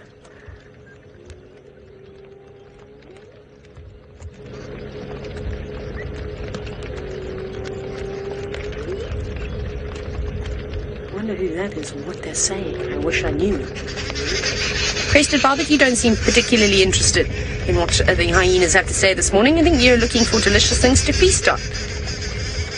Now, these birds are predominantly fruit eaters. You will see them on the trees like worry trees and jackalberries, even the brown ivory that was just recently dropping some fruit. Why do you keep jumping down on the ground? Again, I'm not surprised by the varied diet of birds. They normally eat a host of different things, from insects to seeds, but these guys are predominantly frugivores. Very pretty as well. Looks like it's had its feathers washed. You can see them all nice and bright, looking lovely. Okay, next. So we go. Oh, Craig is going to be wiping. Now, in the words of our dear director, Kirsten, I'm going to send you across to Brent's Learning Centre of Fun. It's the learning centre of cold. I stepped outside. It was a bad idea. Now, I was just having a quick look around, and we're definitely getting a bit of a graveyard feel going on here. I mean, we've got some giraffe bones in the grass here. We've got half a wildebeest over here. Well, and there's a buffalo over there. Oof. Wet horn doesn't smell very nice. But yeah, so we got quite a lot of stuff going on around. Oh, there's a piece of a kudu, an impala. I think we need to have a bit of a grass cut around here. We can see what other wonderful things are spread around the tent. Well, we're quite... we feel the need that more is... well, we've now got 2 big waterbucks. Oh, that one's still quite smelly. As you can see, I think Scott picked that up on drive the other day. And you can see there, I mean, this is an absolutely massive, very old waterbuck. Oh, look at this. I'm going to bring this close to you, Jean. We've got some carrion beetles at work here. This is here, okay? Now, I don't want to touch... Where's he gone? I'll just try to get him out from under there. Come on. Come on, little carrion beetle. You see him there, John? So, eating every little bit, even that dry, tough sinew. Now, of course, with a little bit of wet, like we've got today, makes that sinew a little bit easier to break down. There's quite a few little ants around. Now, this is a massive waterbuck. And, of course, for those of you who don't know, the emblem for the Sabi Sant game reserve is indeed a waterbuck. So the reason it got that emblem, the waterbuck horns, is around the first warden, Harry Kirkman's house. The first time when he decided to build his house there were a huge amount of waterbuck around there. Something ridiculous, like 30 or 40, maybe even more than that. Now, Harry Kirkman, who was the first warden of the Sabi Sands, used to be the warden of this area when it was under consolidated sugar. So the history of the Sabi Sands is that it was actually gazetted as farmland originally. So it's wet out there. I'm coming back inside. And they tried to do cattle farming here, but the lions they took very well to cattle and made the business unprofitable. And I think that it's said that Harry Kirkman probably personally shot 300 lions in the Sabi Sands before it became a reserve. And then even once it was a reserve, it was a group of people, consolidated sugar, sold off different spots, and it was only used during the winter months because people were worried about malaria, and rain moving around in those days was quite difficult. So people used to come on the old Salati railway line, which runs through the south of the Sabi Sands, and there's a siding 61 is where they used to jump off and be met by ox wagon and then go through to their hunting camps that they would use during the dry season. And really the home of safaris and tourism, also the safari tourism industry in South Africa, is the Sabi Sands Game Reserve. And the first lodge was Mala Mala. Now, Mala Mala is also quite a funny word. It's a bit of a bastardization of a Shangaan word, which is actually Shimpalampala, which means the sable antelope, which is still Mala Mala's emblem to the day. Now, in those days, there would have been a lot more sable in this area. Not many, but more than there are at the moment. But with everyone putting up water holes and building dams and spreading water throughout a lot of the Sabi sands where water was not always enabled the lions and other animals to come into an area that they would have seasonally moved into and moved out of, and also more particularly the bulk grazers like buffalo were able to spend a lot of time in an area that would have stayed away from the winter, actually wiping out the sable's food source. So there's a lot of history, and maybe we'll do some more Sabi Sands history when you come back to us, and I'm not quite sure who we're going off to, but hopefully they've got something wonderful.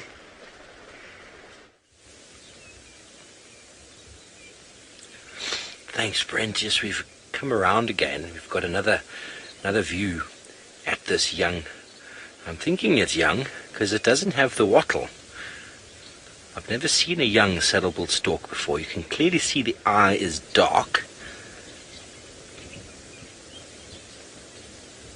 And now there's that patch on the chest, which is making things a little bit confusing as to whether male or female, but definitely has no wattle, definitely has a dark eye. But yet the beak and the breeding coloration is there. So maybe it is a youngster moving around. We know we've had a pair of them in and around this area for some time. But marvelous to get another view of this beautiful saddle-billed stork.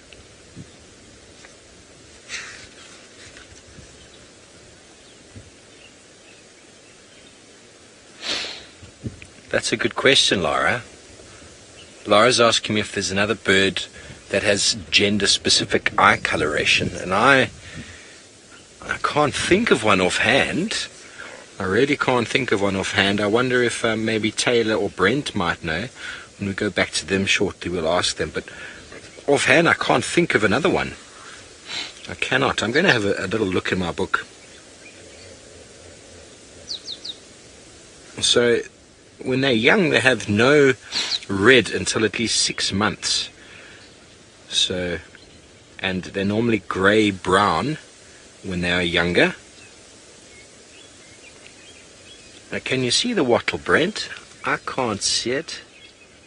Brent apparently can see the wattle. I can't see anything on my monitor here. But interesting indeed. Indeed, it's definitely got an exposed patch. It's not red though, it's a dark patch. I wonder if the males have got that. It's not something I've really focused on before. And you can see how it's moving through the long grass there, jabbing its beak. Very sensitive beaks, a lot of storks. They almost move them to touch. So they'll jab them in the grass there, and if any fish or anything that might be lurking, hiding in the waters, comes near the beak, they'll just smash them shut and catch them and then swallow them whole. See, those long legs enable them to wade quite far out if need be, keeping them above the waterline.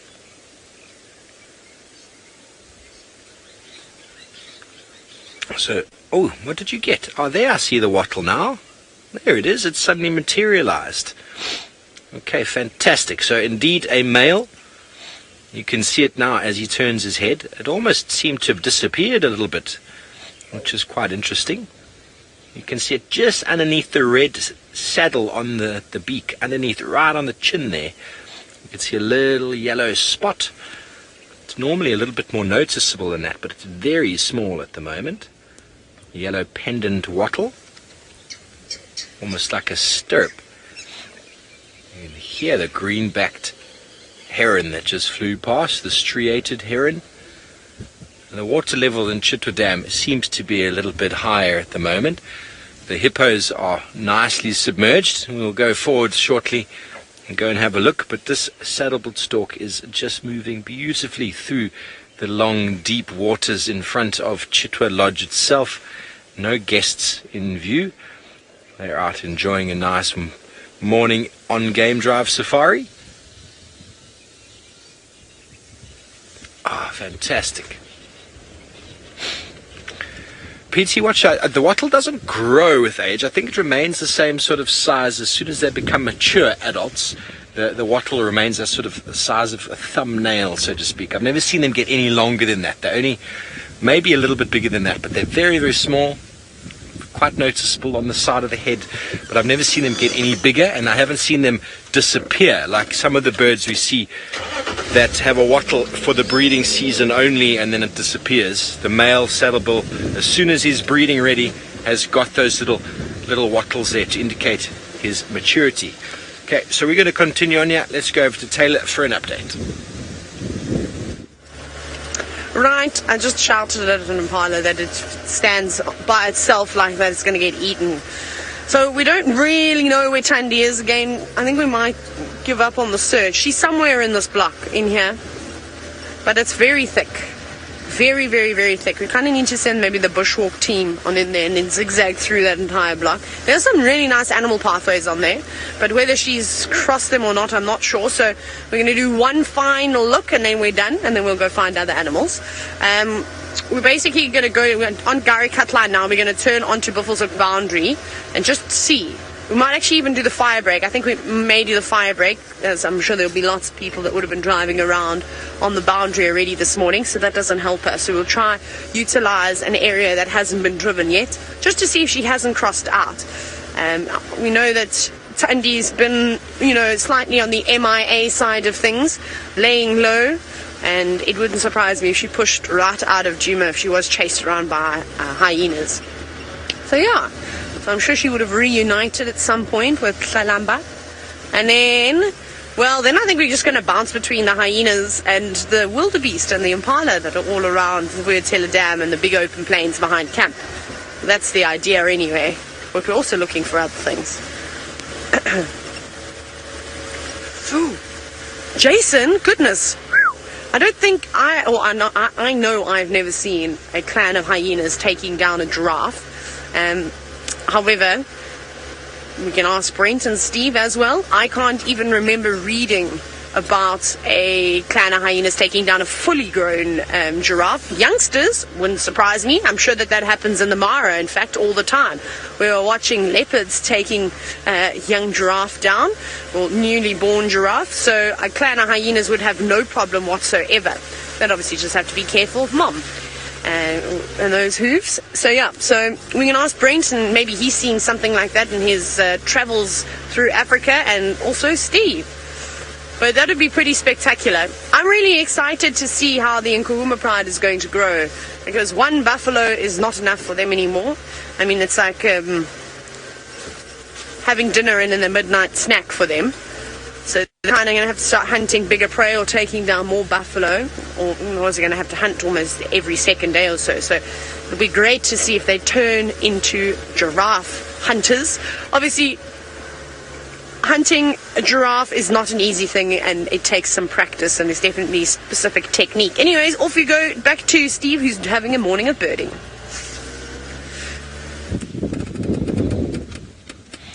Yes, thank you very much. I've never heard of hyenas taking down a giraffe. What a marvelous sight that would be.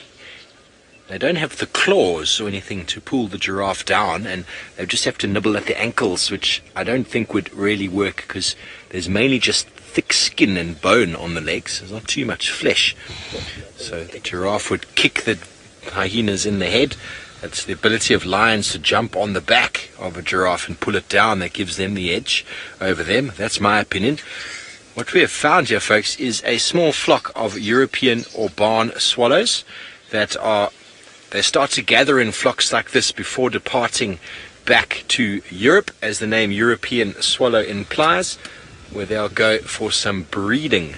They start to accumulate sort of between late February to about May before departing back, and we're starting to see semi-large groups accumulating, so it's very, very likely that they will be departing in the next little while. But the insects are out, and that is what they're feeding on. They are making good the moisture that is pittering down on our head once again, and there are a few of them actually sitting on the sand. They're all wet. They're not enjoying the rain very much. You see them all sort of huddled up, Very, very wet and miserable. Oh, they're plucking insects off the floor. How marvelous is that? I've never seen a barn swallow walking along the ground munching on insects. Easily identified. They are a difficult bird. A lot of swallows are quite hard to identify, but barn swallows accumulate in quite large numbers, and it's quite hard to see in the light. But they've got a blue collar across the throat, and then rufous on the forecrown and on the throat as well, underneath the chin, and little tail streamers in flight. So easy to identify.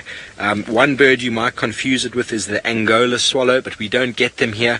They look very, very similar. Don't have the same length of the streamers on the back, but you shouldn't confuse a barn swallow with any other swallow, purely because of they're the only ones that have got the rufous on the forecrown and on the chin as well, with that solid blue line or collar across the throat.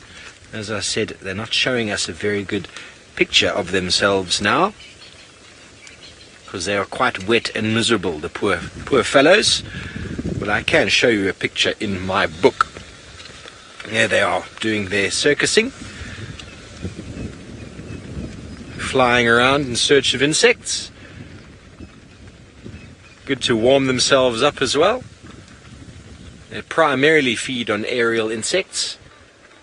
Lots of them this time of year with the moisture. Khalid, I have no idea why there are no monotonous larks this year. I have no idea. I don't know. It's my first season here, so I'm sure Brent, who's been in the area for some time, or even Tristan later, or James, who will be back on drive this afternoon, will be able to answer that question. But Ferg says, because karma has been kind to us.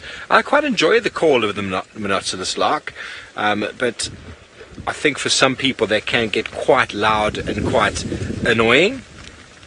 As the rain is starting to pick up its fall, and it is raining quite heavily now, the animals are going to be very miserable.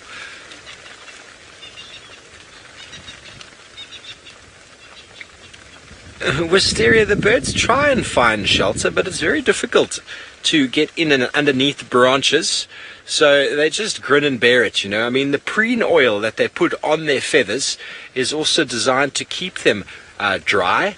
It might not look like they're dry on the outside, but their down feathers and everything inside is generally kept pretty waterproof. And they constantly administer that preen oil, which you find just on the rump, through their feathers to keep them from getting too saturated. But essentially they will just sit there in the rain, as most birds will do, and just grin and bear it. Poor devils. But we can show you a quick picture on the dashboard, because we're not getting a very good view of them. Here is the barn swallow in the top left. Glossy blue. All the swallows have got this blue coloration, and most of them have got some form of rufous on them, but you can see how this one has got the rufous there and there with the solid blue line. The Angola one you could probably confuse it with, but we do not find them here. I've never seen an Angola one here, only further north. The rest of them are very, very different in coloration. But my book has started to get wet. Let me quickly put it away, and we are going to move off in search of some shelter and someone who is warm and cozy in a tent, Brent Leo Smith. Hello. I have a quiz for you. Now, have any of you guys watched Alien? Doesn't that skull look a little bit like the alien skull? Just a little bit. See, quite a strange shaped skull, don't you think, for a little predator? Aha. Now my question for you is, what am I? What is this little strange-shaped alien head-like skull? If you know the answer to that, hashtag Safari Live on Twitter. If you know the answer to what that is. Now let's have a quick look at the teeth. I'm going to put it down so it's a little bit easier for Chandra here. I'm just going to do that so I don't move too much and cause Chandra much stress. So it's quite an old individual. See, it's got some cavities. There we go. Cavities. There. There. And it is not a baby alien Indiegogo. And let's put this one next to it there now, so we can have a look. So now it is quite interesting. It's definitely a carnivore, but it does have some quite powerful crushing teeth as well at the back. Oh, was not looking after it. See, the enamel popped off there. Now, Alicia, it is not a serval. A serval. That is the serval.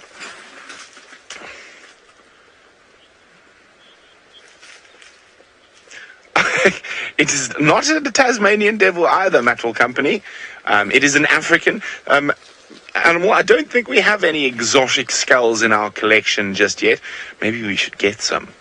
Who knows? Maybe it'd be quite fun to have a wolf to compare to the wild dog, and the hyena and the lion, or a bear. I'd like a bear skull to compare to the lion. That'd be cool.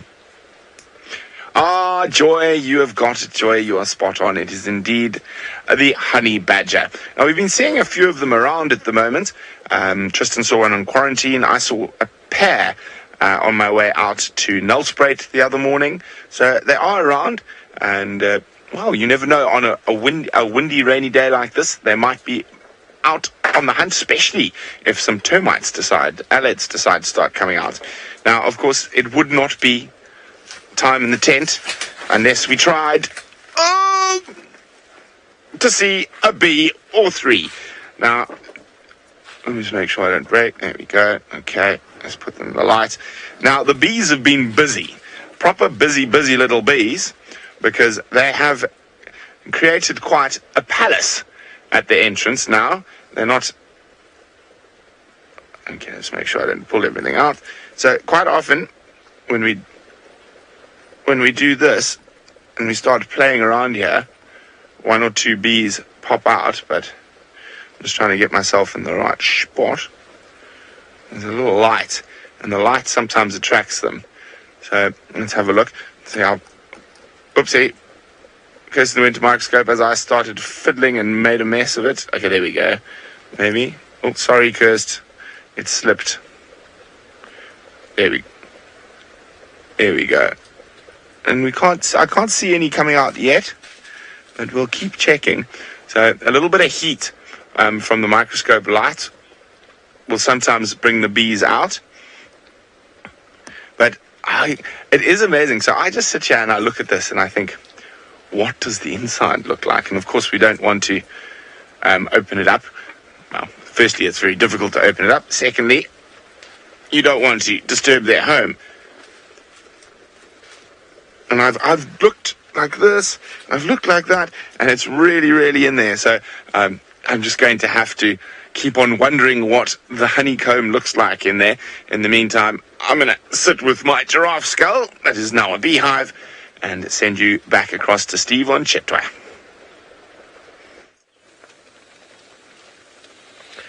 Yes, indeed. Thank you, Brent. We have now come across the three little young waterbuck. That Tristan had a theory yesterday that one got eaten, but it appears as if it has come back to life. You'll notice that the waterbuck, the two, one on the right, one on the left, are basically doing not too much. But if you look at the one in the middle, you can see its jaws are going. It's a little bit bigger than the other two, which means it's feeding a little bit on grass, just like Mum is doing.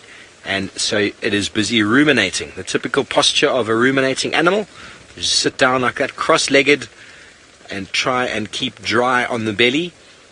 And what we do know about the waterbuck is they've got a gland on the skin which keeps their fur dry. So that's similar to that of the ducks and the birds, keeping themselves from getting too wet. Waterbuck have quite a nice ability to keep themselves a little bit more dry than the other animal, hence why they are sitting in the open without any cover whatsoever. And that one is just digesting mother's milk and no ruminating happening.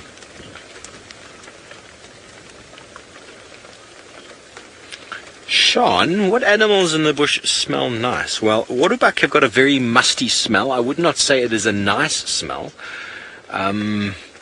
What smells nice such a Ferg? I can't think of a nice smelling animal. I mean, define the word nice, really. I mean, leopards and lions, they often smell of carrion and rotting flesh. Hyena are the same. They smell quite revolting. Elephants have got quite a sweet sort of smell to them. When you smell the elephant's skin, they do smell quite nice. But how would I define that smell? It's kind of like a... Brent says wild dogs smell nice. I've never smelt a wild dog, but I do believe you. What is that noise? Did you hear that behind us? Ferg, did you hear what that was? I find it difficult sometimes to place the direction of a sound because of my earpiece. And there that little waterbuck is trying to go into the rumination position. Let's see if he's able to do it. Tucking the front legs in and the back legs in. He's just realized that I'm doing it a bit too late. The ground is also already very wet. Stomping the feet to get rid of the mud. Very interested in us, eh? Hello, young one. They are very cute, little waterbuck. What have you spotted? Impala males are doing all sorts of displays. Yeah, maybe he wants to come climb in here in the roof. We are still getting a little bit wet, young one, so that probably won't help you too much. But they are very pretty young animals, and it's nice, a little nursery here of 3 of them. There are a couple waterbuck in and around with them as well. We do often see these 3 on their own, so it's not uncommon. There we go. He's doing a bit of chewing the cud now. So at that age, these animals will feed on a little bit of vegetation, but they will be primarily feeding on mother's milk. In the first 3 months or so at least, will be the primary diet for them.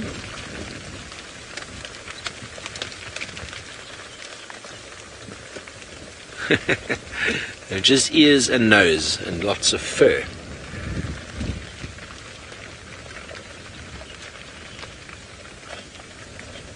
Joe, I'm not sure if that is something that ever happens, whether a female feeds an orphan baby.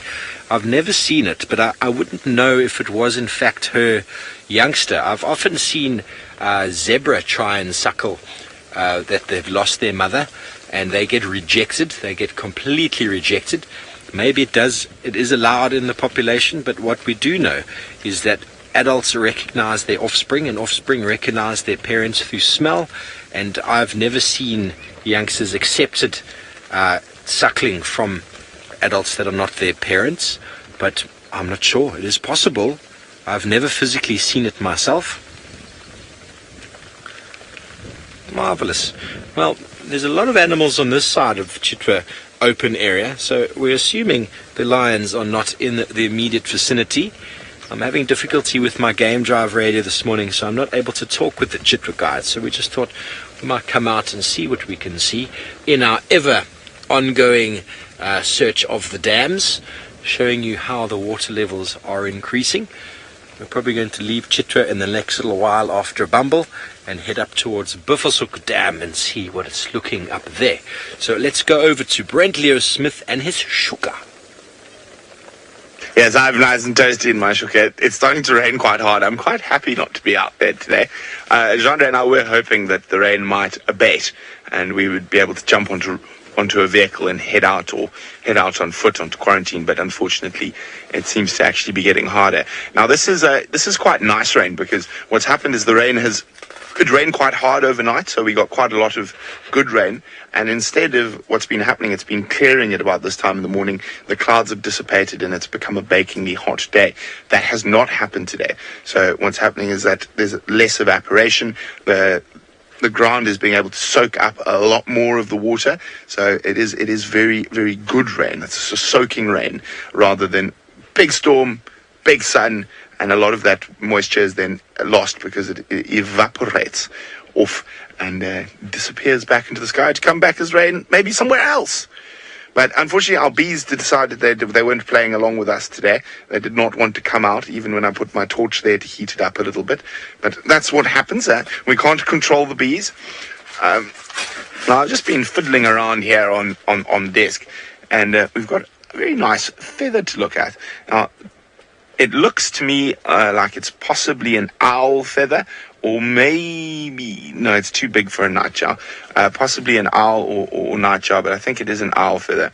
And it always amazes me how perfect birds' feathers are, and you can actually see that now that I've purposely split the feather.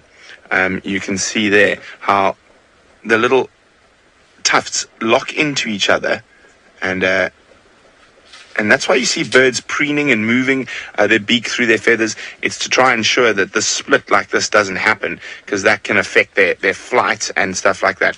And it's just amazing that at that tiniest detail, and that they just interlock so perfectly. Now, when you're looking at bird feathers, fortunately I think this one's been in the tent for a while, you've always got to watch out for chorchors, mostly mites actually, and there's a lot of species of mites that will be on these feathers, and they can come scratch on you. Now, we had a really wonderful sighting of brown-headed parrots a few days ago. Let me just get the picture of the brown-headed parrot up for you while I talk about it. And I learned something new while I was reading about brown-headed parrots, that there is a species of mite that is specific only to the brown-headed parrot. Isn't that incredible? So it's evolved to only feed on the brown-headed parrots. So, of course, if you pick up a brown-headed parrot feather, you might be lucky. The mite is going to go like, you're disgusting. I prefer my bird. Kirsten, I'm not doing that again, but I will show you what the parrots look like. Now, we've been having some really wonderful views of brown-headed parrots in the last little while. There we go. There he is. And they are quite nomadic in an area, so they move around a lot due to food availability.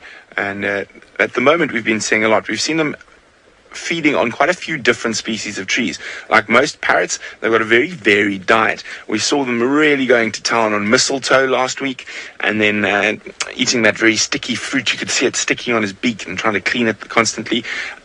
And also, even more interestingly, and I didn't even know, or I've probably seen it but just didn't notice until this time, of them feeding on the silver cluster leaf for the terminalia and peeling off the wing from the terminalia to get to the little seed inside. Now, while talking birds, it sounds like Steve's found some birds that are not at home up in the trees.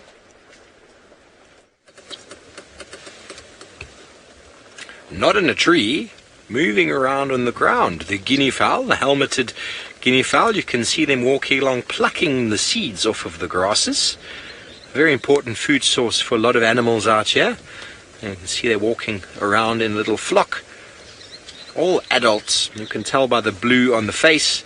Youngsters lack that blue for the first few months. And they are omnivores, feeding on insects, bulbs, tubers, grass seeds. One of their favorite delicacies, apart from grass seeds, as you can see now, is scratching through elephant dung and feeding on partly digested grass and leaf material. They also scratch through rhino dung, and they are the chickens of the bush, and very good for the ecosystem as they spread dung around. Beth, I'm not sure if the patterns on birds are unique to individuals. It's possible. One thing that science is starting to reveal is that birds are giving off a certain UV signature around their bodies, which is proving to be, I think, a little bit unique. But the patterns themselves, how someone would be able to tell them apart, I do not know. But I get the feeling that birds can. And but what we think is that they're seeing a UV spectrum. Sorry about the poll there. They're seeing a bit of a UV spectrum that is indicating a little bit more specifics with regards to an individual, rather than the pattern on the the feathers, on the plumage. But that is a very good question.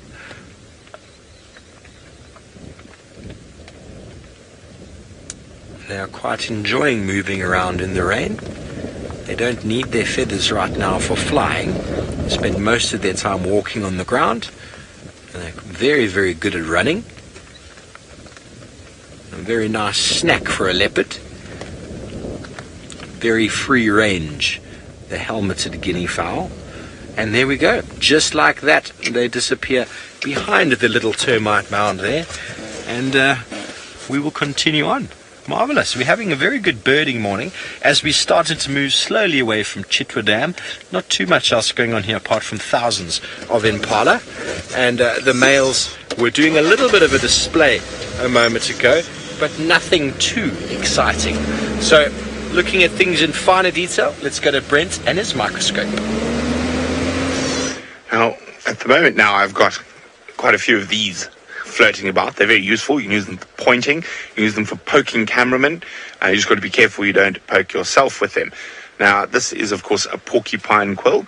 And I've got 2 porcupine quills under the microscope now. So, the reason I've got 2 is because I think the dark one, you can actually see the shape better.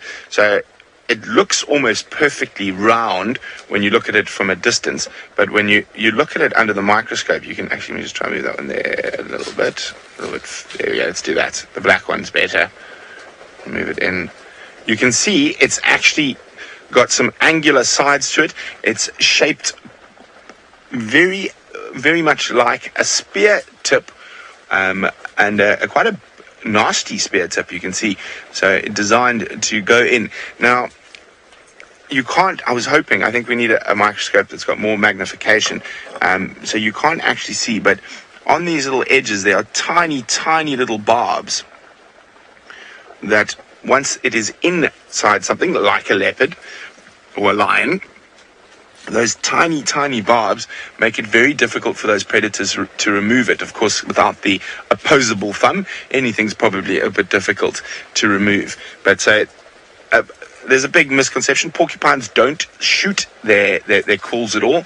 What will happen is they will try back into a predator, keeping their head and neck and soft areas away, and they will try back into that predator, and that's how they defend themselves. And I mean, you can see this thing is really sharp. You really wouldn't want to get stabbed by this. Now, when I was about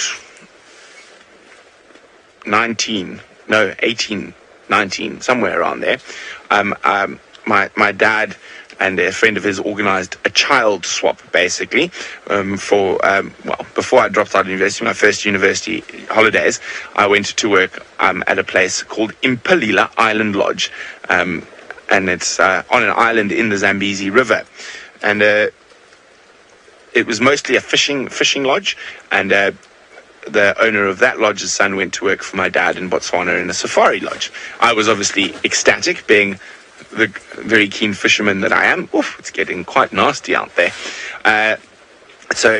And for some reason, while most of the fishing guides there were sort of a bit older than me, sort of mid-20s, early 20s, and we were having wasabi war, and there were many pranks that were played.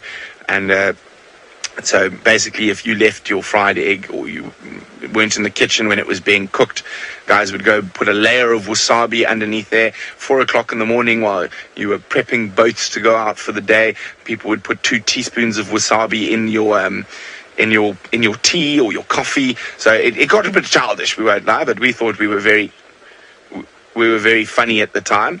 But also, we like to hide around the camp and give each other frights. And the one day, the general manager was walking like this, and he had picked up a porcupine quill on the island, and one of the other guides jumped out from behind the door and went, wah, and he just went, wah, and it was really bad. It went very, very deep into the guy's arm, and we could actually see, when we try to just pull it straight out, how those little barbs, they don't really work on the outside, but on flesh, those little barbs hook into the meat and stuff under the skin, and when we tried to pull it out, we thought it'd come out really easily, and you really had to tug. So we had to hold them down and go, okay, 1, 2, and then pull before we got to 3, because everyone's always expecting it at 3. But yes, that was sort of the pranks took a little bit of a downward turn after that, but it's a very very, very interesting part of the world there as well, because we were talking about it a little bit earlier. It's where the Chobe and the Zambezi rivers meet. And the Chobe River is actually the same as the Linyanti and the Kwando. It's all the same river, and that has different names as it takes different turns along the border of Botswana and Namibia. So that's the Caprivi Strip up there. The Caprivi Strip is another funny little spot. I'm trying to remember the correct history. I will find out for you. But basically, I think it was Count Caprivi